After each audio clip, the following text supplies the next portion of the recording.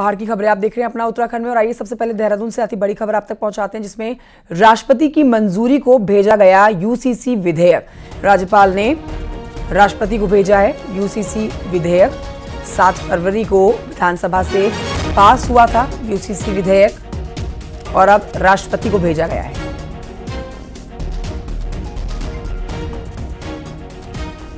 Uttarakhand editor अनुपम त्रिवेदी हमारे साथ और जानकारी के साथ जुड़ गए हैं। अनुपम, ये आज का दिन बेहद महत्वपूर्ण हो जाता है क्योंकि राष्ट्रपति की मंजूरी के लिए भेजा गया है यूसीसी विधेयक। क्या है इस पर और जानकारी?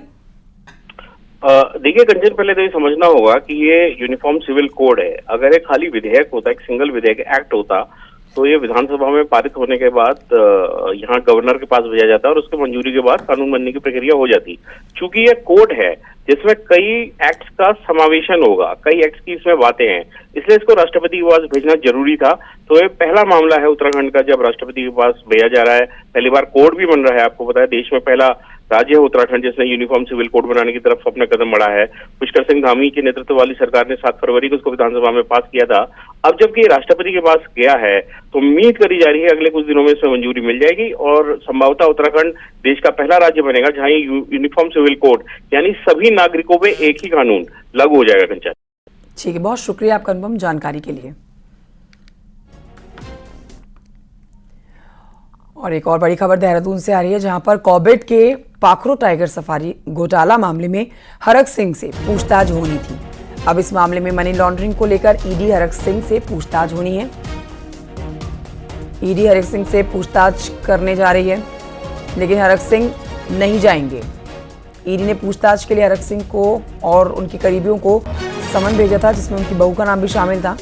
लेकिन ईडी ने कुछ दिन पहले ही हरक सिंह रावत सहित कई अधिकारियों के ठिकानों पर छापेमारी भी की थी और रेड के दौरान नकदी और तमाम दस्तावेज भी मिले थे। कॉर्बेट के पाखरो टाइगर सफारी घोटाले के मामले में आपने देखा था कि हरक सिंह रावत से पूछताछ की जानी है, इसके लिए समन जारी किया गया था। और अब इस मामले में मनी लॉन्ड्रिंग को लेकर ईडी हरक सिंह से पूछताछ करने जा रही है। न सिर्फ हरक सिंह बल्कि उनकी करीबियों को समन भेजा गया था ईडी की तरफ से और सवालों के जवाब अब लिए जाएंगे।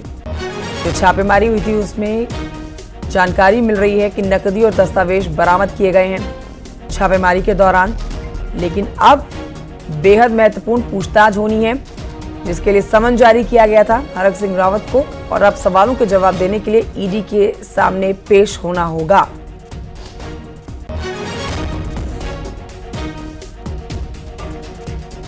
हालांकि आपने हरक सिंह रावत का स्टेटमेंट भी सुना था। उन्होंने कहा था उनको डर नहीं लगता है, उससे पहले भी इस तरह की कई गतिविधियों का सामना कर चुके हैं। लेकिन अब आज का बड़ा दिन उनके लिए। कॉर्बेट के पाखरो टाइगर सफारी का एक घोटाला था जिसमें उनका नाम आया था और अब ईडी पूछताछ के लिए उनको जो समन जारी कर चुकी है उसी पर उनसे पूछताछ होनी है। मनी लॉन्ड्रिंग के इस मामले में ईडी ने न सिर्फ हरक सिंह रावत को समन भेजा था बल्कि उनकी बहू को भी समन भेजा था और कुछ और उनके करीबी हैं उनको समन भेजा गया था।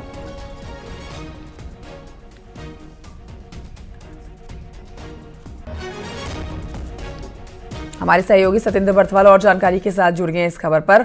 सत्येंद्र बर्थवाल, मनी लॉन्ड्रिंग के इस मामले में ईडी पूछताछ करने जा रही थी हरक सिंह रावत से। क्या अब समय की अपडेट है? उनके ठिकानों पर छापेमारी भी हुई है। क्या पूछताछ में जाने के लिए ईडी के सामने पेश होने के लिए वो जाएंगे या फिर नहीं?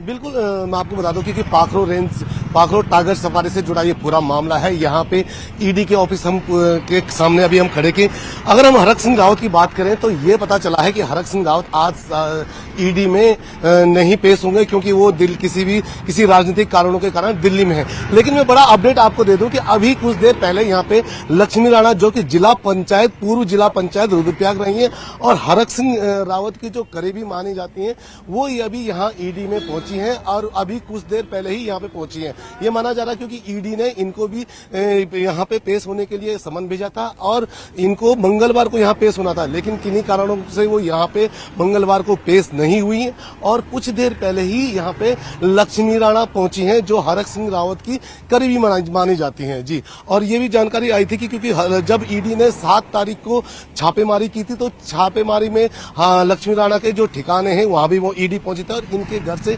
लाखों की ज्वेलरी और नगदी इनके घर से भी बरामद हुई थी, जिसको लेकर ईडी आज इनसे पूछताछ कर सकती है जी। बहुत शुक्रिया आपका जानकारी के लिए सतेंद्र बरथवाल।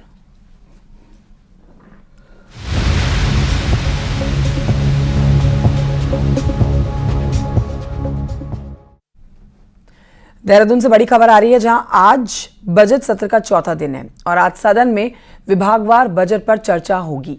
शिक्षा, चिकित्सा, सहकारिता विभाग से जुड़े हुए सवालों पर प्रश्नकाल होगा। मंत्री धन सिंह रावत अपने विभागों से जुड़े हुए सवालों पर जवाब देंगे। तो आज का दिन भी बहुत अहम आप कह सकते हैं क्योंकि आज देखिए बजट सत्र का चौथा दिन और आज ही का दिन चर्चा के लिए रखा गया था। सवालों के जवाब प्रश्नकाल का रखा गया था। इसी के लिए आज का दिन बहुत अहम हो जाता है क्योंकि विभागवार बजट पर जो चर्चा होनी है जिसमें शिक्षा, चिकित्सा, सहकारिता विभाग, उसमें सवालों पर प्रश्नकाल होगा। सुनिल प्रभात और जानकारी आज के दिन पर देंगे। सुनिल प्रभात, आज का दिन बेहद महत्वपूर्ण हो जाता है क्योंकि बजट सत्र का चौथा दिन है। आज क्या कुछ होने वाला है, विस्तार से बताइए। देखिए कंचन, अब से 11 बजे के बाद सदन की कार्रवाई शुरू होगी और सबसे पहले प्रश्नकाल शुरू होगा जिसमें मंत्री धन सिंह रावत के विभागों से जुड़े हुए सवाल आज सदन में पूछे जाएंगे। उनके पास चिकित्सा, शिक्षा और कोऑपरेटिव डिपार्टमेंट है, महत्वपूर्ण डिपार्टमेंट है। ये वो डिपार्टमेंट हैं जो आम आदमी से जुड़े हुए हैं, इसीलिए सवालों की भी एक लंबी फहरिस्त है। विपक्ष पूरी तैयारी के साथ आज सदन में पहुंच रहा है, तो वहीं मंत्री धन सिंह रावत का कहना है कि हमारी पूरी तैयारियां हैं। विपक्ष जो भी सवाल पूछेगा विपक्ष को उसके जवाब दिए जाएंगे, विपक्ष को संतुष्ट किया जाएगा। इसके साथ ही सेकंड पाली में आज जो बजट है, बजट पर विभागवार चर्चा होगी। इस दौरान विपक्ष नियम 58 के तहत विशेष चर्चा की मांग कर सकता है बेरोजगारी जैसे मुद्दे पर। विपक्ष का कहना है कि राज्य में लगातार बेरोजगारी बढ़ रही है, खासकर उपनल के तहत जो सरकार ने जो लोग यहां पर संविदा पर नियुक्त किए गए थे, उपनल कर्मी लगातार आंदोलनरत है, लेकिन सरकार उनको कोर्ट के आदेश के बावजूद भी समान कार्य का समान वेतन नहीं दे रही है या फिर जिनको परमानेंट होना है उनको परमानेंट नहीं किया जा रहा है। तो इस मुद्दे पर आज सदन में हंगामा हो सकता है क्योंकि आप देखिए कि लोकसभा चुनाव नजदीक है। उत्तराखंड में यूथ की एक अच्छी खासी संख्या है, या हम कह सकते हैं कि पहली वो आबादी है जिसमें सर्वाधिक वोटर्स हैं, वो यूथ की है। लिहाजा आज सत्ता विपक्ष की भी एक कोशिश होगी कि वो कहीं न कहीं इस बहुसंख्यक आबादी का ध्यान अपनी ओर आकृष्ट कराए। तो सदन में एक कोशिश होगी कि अधिक बेरोजगारों से जुड़े हुए, युवाओं से जुड़े हुए मुद्दे विपक्ष बढ़ चढ़कर उठाए। सत्ता पक्ष को देखना होगा कि वो किस तरह से इनकाउंटर करता है विपक्ष की बातों को। जाहिर तौर पर विपक्ष ने जो तैयारी अब तक की है सरकार को घेरने की, उसके लिहाज से आज का दिन बेहद महत्वपूर्ण हो जाता है। शुक्रिया आपका सुनिल प्रभात जानकारी के लिए।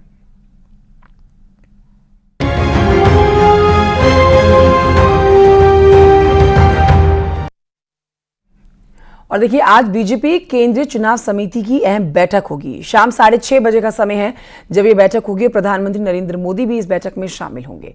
बड़ी जानकारी आपको दे रहे हैं। इसके साथ ही इस बैठक में पीएम मोदी के साथ उत्तराखंड के मुख्यमंत्री पुष्कर सिंह धामी भी शामिल होंगे।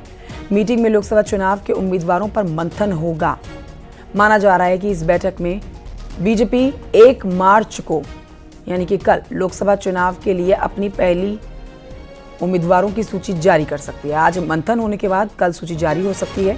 इन सीटों में सूत्रों के मुताबिक जो जानकारी मिल रही है उसमें पहली सूची में प्रधानमंत्री नरेंद्र मोदी, गृह मंत्री अमित शाह सहित कुछ वरिष्ठ नेताओं का नाम शामिल हो सकता है।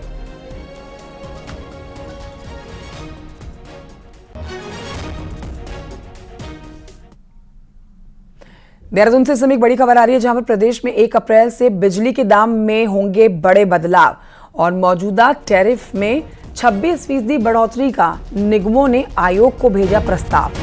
यूपीसीएल, पिटकुल, यूजेवीएनएल ने बिजली दरों में 26% की बढ़ोतरी का प्रस्ताव भेजा है। निगमों के प्रस्ताव पर आयोग विचार कर रहा है और जल्द उत्तराखंड नियामक आयोग द्वारा नया टैरिफ जारी करेगा।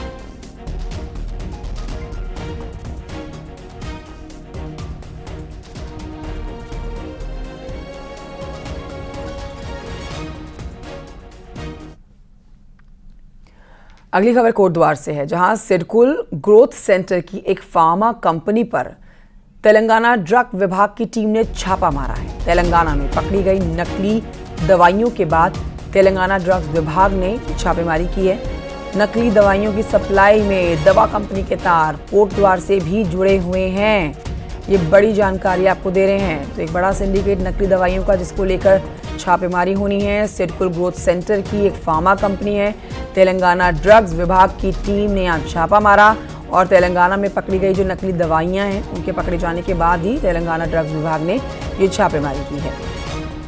नकली दवाइयों की सप्लाई में दवा कंपनी के तार कोटद्वार से भी जुड़े हुए हैं। तो ऐसे में बेहद महत्वपूर्ण हो जाता है इस सिंडिकेट का मास्टरमाइंड पता करना।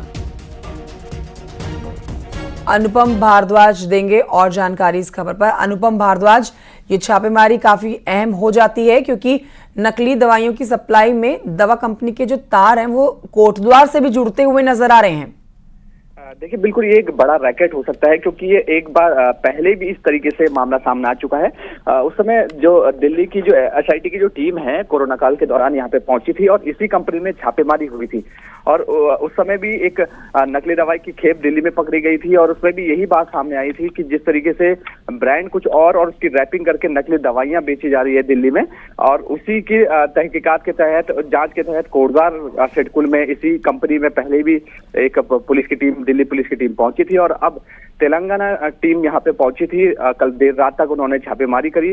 हालांकि बताया जिस तरीके से जा रहा है कि बहुत ज्यादा यहाँ से, क्योंकि यहाँ पे मैन्युफैक्चरिंग दवाइयों की नहीं होती है, लेकिन जिस तरीके से उनका कहना था कि रैपिंग हो रही है नकली दवाइयों की, तो उसी के तहत यहाँ पे, क्योंकि जिस तरीके से नाम कंपनी का लगातार सामने आ रहा है, तो वहीं उसी के तहत यहाँ पे जानकारी के लिए पुलिस तेलंगाना की और जो ड्रग विभाग की टीम है कोटद्वार पहुंची थी और यहाँ पे जांच उन्होंने की। शुक्रिया आपका जानकारी के लिए अनुपम। हरिद्वार से समय एक बड़ी खबर आ रही है, जहां पर कुंभ मेला 2021 के दौरान बहुचर्चित कोविड टेस्ट घोटाले के मामले में हरिद्वार की नोवस पैथोलॉजी लैब के संचालक के खिलाफ मुकदमा दर्ज हुआ। ईडी की रिपोर्ट के आधार पर ही एसएसपी प्रमेंद्र सिंह डोभाल, जिनके निर्देश पर ज्वालापुर कोतवाली में केस दर्ज किया गया। 2021 में घोटाला सामने आने पर ईडी की टीम ने हरिद्वार के रानीपुर मोड़ स्थित नोवस पैथ लैब पहुंचकर जांच की। ईडी की जांच में लैब के द्वारा आईसीएमआर की गाइडलाइंस का उल्लंघन करना और फर्जी बिल बनाकर 2 करोड़ 41 लाख रुपए का भुगतान लेने की बात सामने आई। पुलिस ने लैब संचालक और पार्टनर डॉक्टर संध्या शर्मा के खिलाफ केस दर्ज कर लिया है। आपको बता देते हैं कि संध्या शर्मा हरिद्वार की जानी मानी डॉक्टर हैं।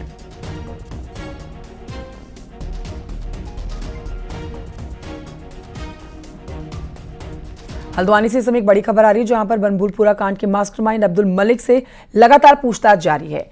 पुलिस की कस्टडी में है, पुलिस रिमांड पर है अब्दुल मलिक और सवालों के जवाब उससे लिए जा रहे हैं। पुलिस मलिक से बनभूलपुरा में हुए उपद्रव के बारे में पूछताछ कर रही है लगातार। अब्दुल मलिक पुलिस के सवालों को टाल रहा है। 8 फरवरी को बनभूलपुरा में हुई हिंसा के मास्टरमाइंड अब्दुल मलिक पर यूएपीए लगाया गया है।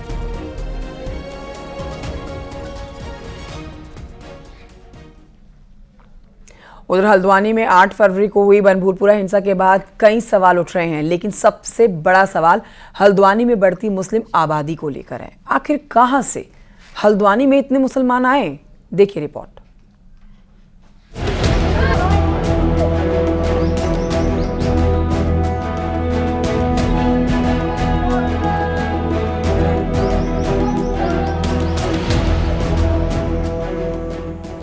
भले ही आज हल्द्वानी का ये बनभूलपुरा, इंदिरा नगर लाइन नंबर, गफूर बस्ती, उत्तर उजाला और गौजा जाली का इलाका मुसलमानों की आबादी से भर गया हो, लेकिन 1912 से पहले यहाँ एक भी मुसलमान नहीं था। लेकिन इसके बाद पहाड़ के मैदान में राशन और खाने पीने के सामान के व्यापारी बनकर आए मुसलमान यहीं आकर बस गए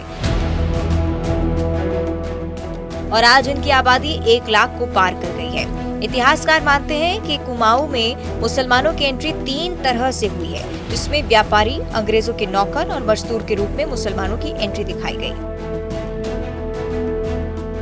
1912 में फिर गवर्नमेंट ने इस रेलवे को टेक ओवर कर दिया। तो 1912 के बाद आप ये कह सकते हैं कि बाहर से आने वाले लोगों का जो प्रगति है वो प्रारंभ हुई। और उस दौरान जो मुसलमान यहाँ पर आए, जो क्लेम करते हैं वो यहाँ पर आए, तो वो मूल रूप से देवर रोविंग ट्रेडर्स। अंग्रेजी लोगों ने उन्हें रोविंग ट्रेडर या आप कह सकते हैं कि घुमंतु व्यापारी। हल्द्वानी में मुस्लिम कम्युनिटी से जुड़े विद्वान लोग बताते हैं कि शुरुआत में कुछ ही परिवार यहाँ आए, लेकिन आज यहाँ मुसलमानों की कई बिरादरियां बस रही हैं, जिसमें राज्य सैफी बिरादरी की एंट्री बिल्कुल नहीं है, जो कारपेंटरी के काम में छा चुके हैं। 1912 के इसके हमारे पास से बहुत सारे रिकॉर्ड हैं। हमारे परदादा को यहाँ पर एक मकान अलॉट हुआ था, जो लगभग 347-48 पट्टे जो है वो नगर पालिका द्वारा अंग्रेज़ों के ज़माने में दिए गए थे, जो बनभूलपुरा क्षेत्र में। उसमें एक दो फैमिली है बंजारों में अब्दुल्ला साहब की, और इसके अलावा एक दो फैमिलियाँ और थीं। दरअसल हल्द्वानी में बनभूलपुरा कांड के बाद यहाँ बढ़ती जा रही मुस्लिम आबादी ने सबका ध्यान अपनी ओर खींचा है। व्यापार और नौकरी के नजरिए से बड़ा बाजार होने के कारण यहाँ यूपी, बिहार और बंगाल के मुसलमानों की संख्या बढ़ गई है। हालात ऐसे हैं कि हल्द्वानी विधानसभा का चुनावी गणित तक तय करने लगे हैं।